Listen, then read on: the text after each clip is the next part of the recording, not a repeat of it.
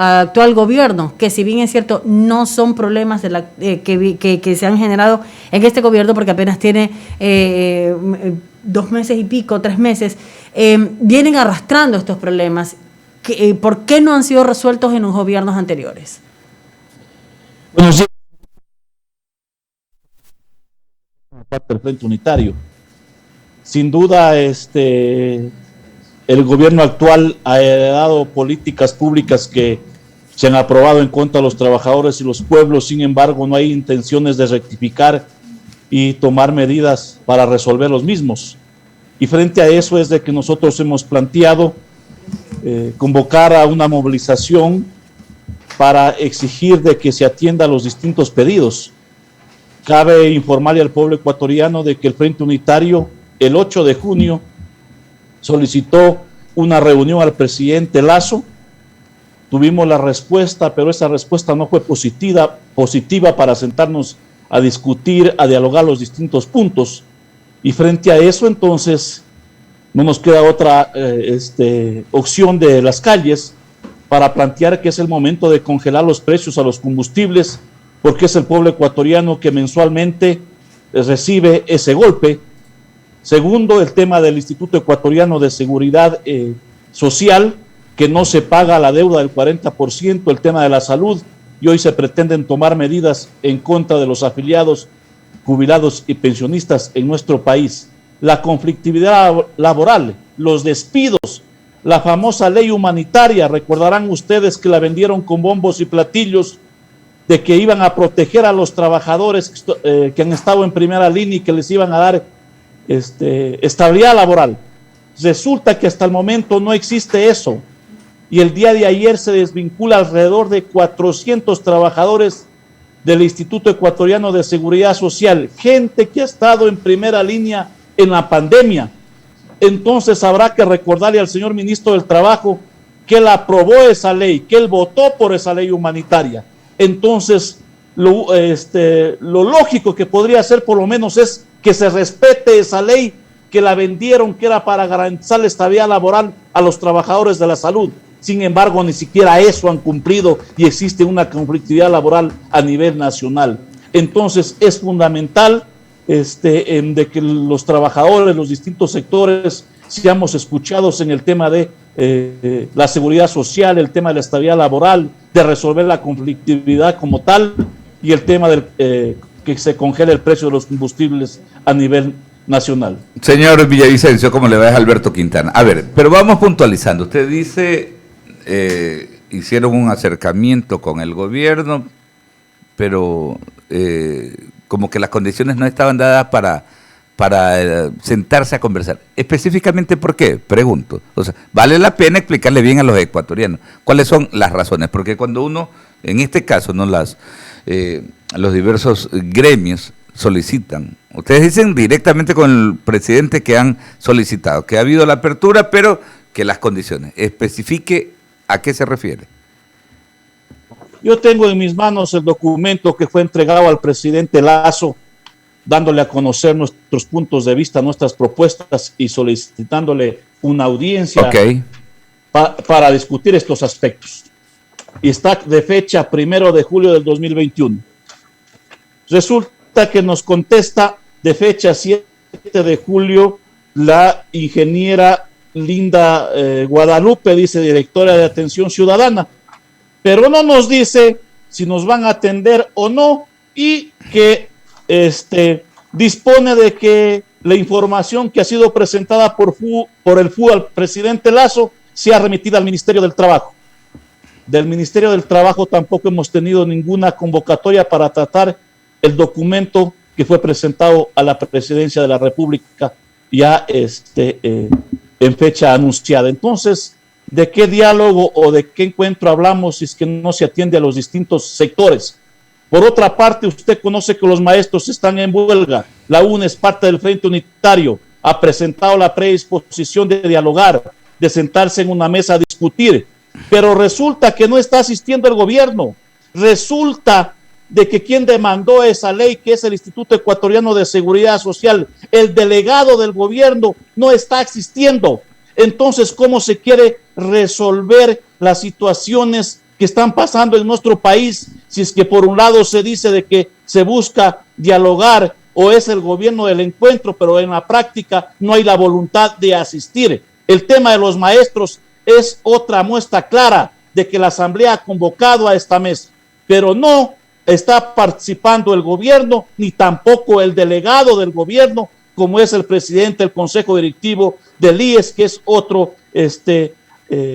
parte fundamental en este debate, en esta discusión. Ahora, estos aspectos hacen entonces de que llamemos a la acción el 11 de agosto. Ya, ok, pero hay que poner de relieve algo, ¿no? Este tema que nos conmueve, nosotros acá como equipo periodístico hemos estado incluso refiriéndonos al caso de Guayaquil, ¿no?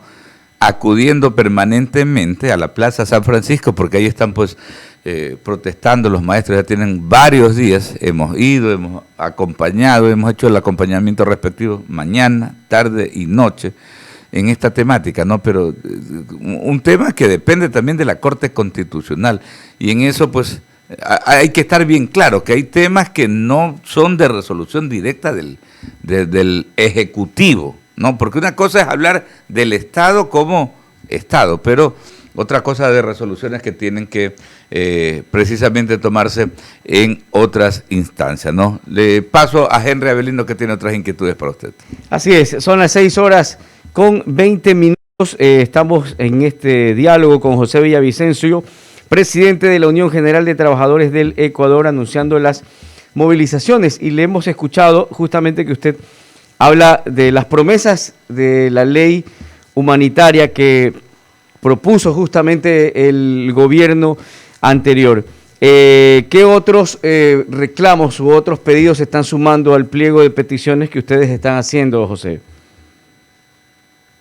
Mire, es fundamental de que se respete el derecho al trabajo de por lo menos quien los tiene. Alrededor de 3 millones de personas tienen un empleo, o para ser más específicos, de cada 10 ecuatorianos, solo 2 tienen un empleo, el resto está en la desocupación, está en el subdesempleo. Y por lo menos habría que proteger ese derecho al trabajo.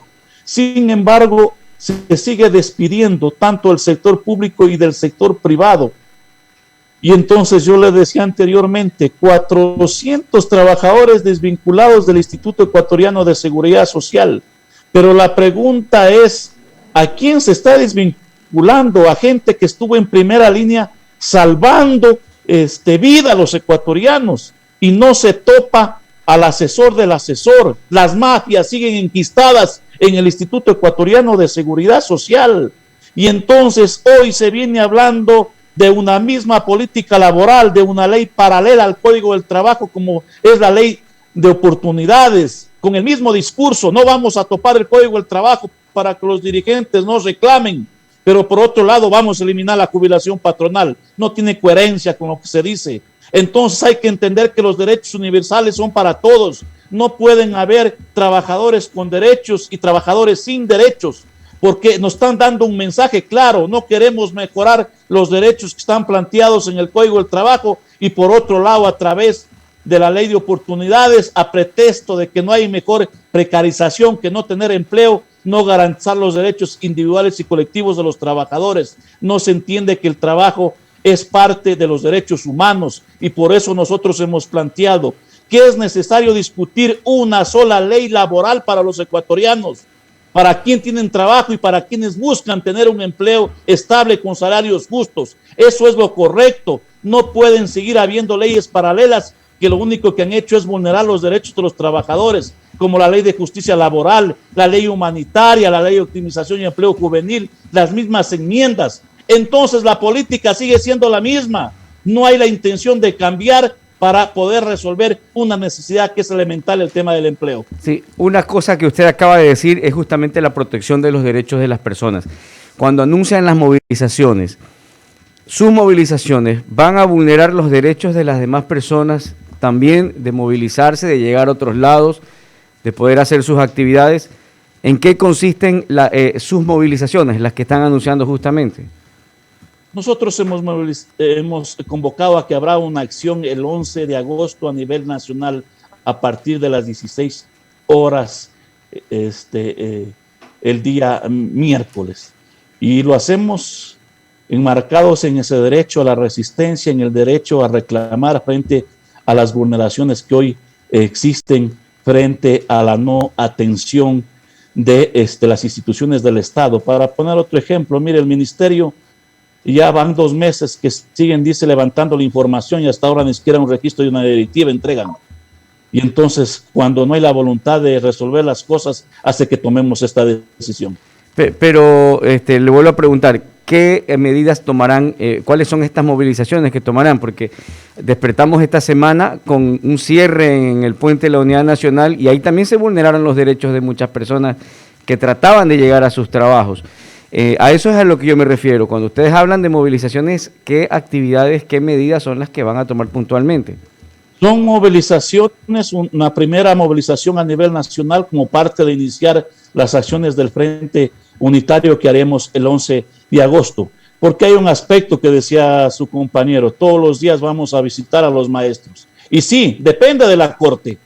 La Corte no puede ponerse el traje de los gobiernos de turno y no responder. Y digo esto porque referente a la ley humanitaria, la audiencia fue en octubre y han pasado más de 6 meses y no hay pronunciamiento cuando habían 90 días de acuerdo a la normativa. Entonces la Corte Constitucional, que es el ente encargado de hacer respetar las normativas, de hacer respetar los derechos humanos, no puede seguir actuando de esa forma. Pero también, si bien es cierto, el tema de los maestros depende de la Corte, no se ve la voluntad del gobierno de asistir a las mesas para discutir, para debatir y llegar a acuerdos, porque eso es lo que estamos planteando. Entonces no hay esa voluntad. Pero ustedes van a cerrar vías en el día de las movilizaciones que están anunciando. ¿Va a haber cierre de vías? Nosotros hemos planteado que son movilizaciones a nivel nacional. Yo que es en Quito nos concentraremos en la 10 de agosto en la Caja del IES, iremos por 10 de agosto Guayaquil hasta la Plaza San Francisco, y ya en el tema de las provincias, cómo los compañeros discutan y aprueben cuál será la concentración y el recorrido. Perfecto, lo hemos escuchado. El señor José Villavicencio es presidente de la Unión General de Trabajadores del Ecuador. Solamente le recordamos algo, ¿no? Usted deben de estar bien conscientes, ¿no?, de que este país en los actuales momentos está enfrentando al crimen transnacional organizado, ¿no? Los carteles de la droga están operando acá en el Ecuador. Y ustedes dirán, ¿y qué tiene que ver esto con lo otro? Ojo, el tema de las movilizaciones desvía la atención, ¿no?, de todos los elementos policiales, de las fuerzas del orden, de las fuerzas armadas incluso, por tener que estar monitoreando los asuntos de las protestas, ¿no? Y vuelvo y repito, muy respetable, pero ojo con ese tema, ¿no? Porque obviamente hay mucha gente interesada que indirectamente se beneficia de este tipo de situaciones. Y por supuesto nosotros hacemos un llamado al Ejecutivo, a todos quienes tienen pues la responsabilidad de ir atendiendo, de ir buscando los mecanismos de diálogo, y ustedes también tienen que estar conscientes de que todavía no llega a los 100 días de gobierno la actual administración, y justamente usted mismo admitía el hecho de que hay cosas que se vienen heredando, que hay que ir enderezando. Esto es un verdadero desbarajuste, lo que en los últimos años se ha dejado instrumentalizado como políticas públicas, y a veces es increíble, ¿no? Pero el mismo presidente de la República, hay temas que directamente en el IES no los puede resolver porque se habla de la autonomía del IES. Y hay una serie de situaciones que realmente necesitan pues írselas modificando con la con más tiempo, definitivamente. 6:28, un fuerte abrazo, gracias por atendernos. Gracias a ustedes, buenos días, un abrazo a la distancia. Buenos días, José, muchísimas gracias.